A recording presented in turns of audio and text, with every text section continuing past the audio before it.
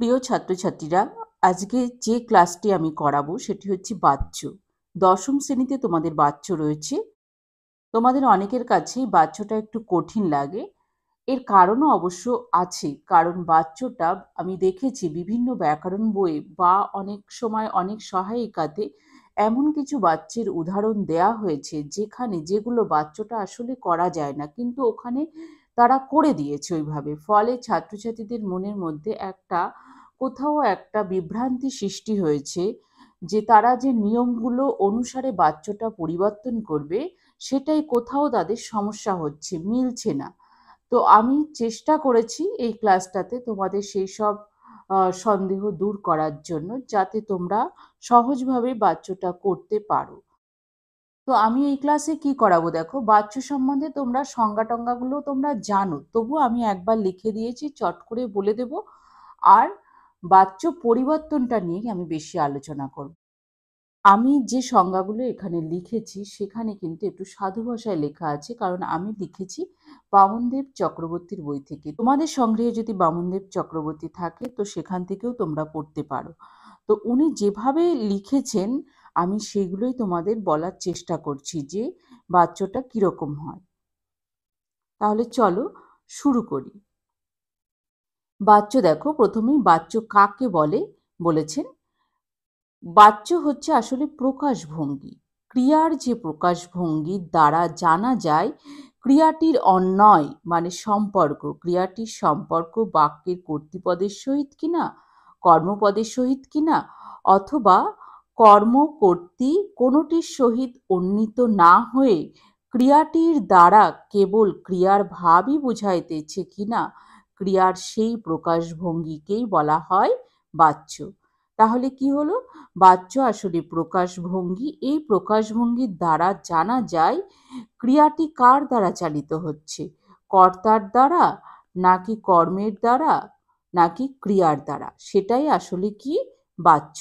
এটা সাধু ভাষায় লেখা আছে তোমাদের ব্যাকরণ বইয়ে, যে ক্লাসের পাঠ্য যে ব্যাকরণ বইয়ে সেখানে চলিত ভাষায় লেখা আছে, সংজ্ঞাটা ওখান থেকে দেখে পড়লেও পারবে।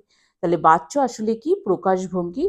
এই প্রকাশভঙ্গির দ্বারা জানা যায় ক্রিয়াটির অন্বয়, অর্থাৎ ক্রিয়াটির সম্পর্ক কার সঙ্গে, অর্থাৎ ক্রিয়া কার দ্বারা চালিত হচ্ছে, কর্তা দ্বারা চালিত হচ্ছে নাকি কর্ম দ্বারা চালিত হচ্ছে নাকি ক্রিয়াপদকেই চালনা করছে। বাচ্য চারি প্রকার, অর্থাৎ চার প্রকার: কর্তৃবাচ্য, কর্মবাচ্য, ভাববাচ্য এবং কর্মকর্তৃবাচ্য। প্রথমেই আমরা দেখব কর্তৃবাচ্য কাকে বলে। বাক্য বিন্যাসে কর্তৃপদ যখন বাক্যে প্রাধান্য লাভ করে, ক্রিয়া যখন সততই কর্তৃপদের অনুগামী হয়, তখন ক্রিয়ার কর্তৃবাচ্য হয়। অর্থাৎ ক্রিয়াটা কর্তার অনুগামী হবে, তাকে বলা হচ্ছে কর্তৃবাচ্য। এর উদাহরণ একটা দিলে তোমাদের কাছে আরো পরিষ্কার হবে।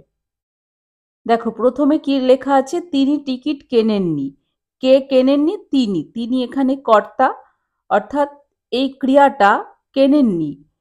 কে কেনেননি? তিনি। এই কর্তা দ্বারা চালিত হচ্ছে ক্রিয়াপদ। বা তুমি টিকিট কেননি, তুমি পড়তে বসনি, তাহলে কর্তা দ্বারা চালিত হচ্ছে ক্রিয়াপদ। এটা কিন্তু কর্তৃবাচ্যের উদাহরণ। এরপরে চলো কর্মবাচ্য কাকে বলে। বাক্য বিন্যাসে কর্মপদটি যখন কর্তৃপদে পরিণত হইয়া বাক্যে প্রাধান্য পায় এবং ক্রিয়াটি নিয়ন্ত্রণ করে, তখন ক্রিয়ার কর্মবাচ্য হয়। অর্থাৎ কর্মপদ দ্বারা ক্রিয়াটি পরিচালিত হবে, তখন তাকে বলা হচ্ছে কি কর্মবাচ্য। এবার উদাহরণে চলো। অচিন্ত্যবাবু কর্তৃক কবি শ্রীরামকৃষ্ণ গ্রন্থ রচিত হয়েছে। এখানে কি রচিত হয়েছে? কবি শ্রীরামকৃষ্ণ গ্রন্থ রচিত হয়েছে। এই কর্মপদটি কিন্তু ক্রিয়াকে চালিত করেছে। এটি কর্মবাচ্যের উদাহরণ। এরপরে চলো ভাববাচ্য কাকে বলে। যে বাক্যবিন্যাসে ক্রিয়ার ভাবই প্রধানভাবে বোঝায় তাকে বলা হয় ভাববাচ্য। ভাববাচ্যে কর্তৃপদে সম্বন্ধপদের বা কর্মকারকের বিভক্তি হয়। ক্রিয়াটি সর্বদাই প্রথম পুরুষের রূপে থাকে। কর্তৃবাচ্যের কোনো ক্রিয়া যখন অকর্মিকা অর্থাৎ অকর্ম হয়, তখনই তাহাকে ভাববাচ্যে রূপান্তরিত করা যায়। কর্ম নাই বলিয়া কর্মবাচ্যে রূপান্তরিত করিবার পথ বন্ধ। এটা আমি দিয়ে দিয়েছি, আসলে ভাববাচ্য এই পর্যন্ত। তাহলে যে বাক্য বিন্যাসে ক্রিয়ার ভাবে প্রধান ভাবে, অর্থাৎ ক্রিয়াটাই যেন ক্রিয়াকে চালনা করছে, তখন তাকে বলা হচ্ছে ভাববাচ্য। এই ভাববাচ্য কিন্তু একটা একটা গুরুত্বপূর্ণ কথা, সেটা হচ্ছে যদি অকর্মিকা হয় তখনই ভাববাচ্যে রূপান্তরিত করা হয়। কর্তৃবাচ্যকে ভাববাচ্য রূপান্তরিত করা হবে কখন? না, যখন ক্রিয়াটি অকর্মক হবে, অর্থাৎ ক্রিয়ার কোনো কর্ম থাকবে না, তখনই তাকে ভাববাচ্যে রূপান্তরিত করা যাবে। আর কর্ম নেই বলে একে কর্মবাচ্যে রূপান্তরিত করা যাবে না, অর্থাৎ যে বাক্যে কর্ম না থাকবে সে বাক্যে কিন্তু কখনোই কর্মবাচ্য করা যাবে না, তাকে ভাববাচ্যই করতে হবে। উদাহরণে চলো, মহাশয় কোথা থেকে আসা হচ্ছে। এখানে দেখো যেন মনে হচ্ছে এই আসা, কোথা থেকে আসা হচ্ছে, এই ক্রিয়াপদটাই ক্রিয়াপদকে চালনা করছে, তাহলে এটা ভাববাচ্যের উদাহরণ। এরপরে চলো কর্ম কর্তৃবাচ্য। আগে উদাহরণটা দেখো, বাঁশি বাজে। কে বাজে? বাঁশি বাজে।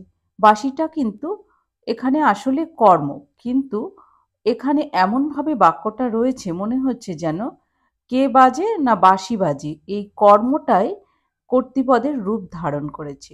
বাঁশিটা কিন্তু নিচে নিচে বাজে না, বাঁশিটা কোনো মানুষ বা কেউ বাজাচ্ছে, তবেই সে বাঁশিটা বাজছে, কিন্তু এখানে এমনভাবে বাক্যটা আছে মনে হচ্ছে যেন বাঁশি নিজে নিজেই বা কাজটা করছে।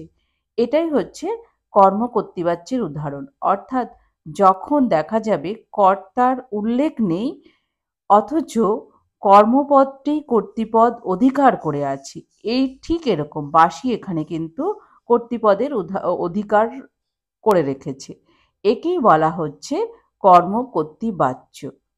এই পর্বে আমি এই পর্যন্তই শেষ করলাম, কারণ ভিডিওটা বড় হয়ে যাচ্ছে। আমি যদিও বলেছিলাম বাচ্য পরিবর্তনটাও আমি করাবো, কিন্তু এই পর্বে আমি করাবো না, এর পরের পর্বে আমি বাচ্য পরিবর্তনটা নিয়ে আসছি।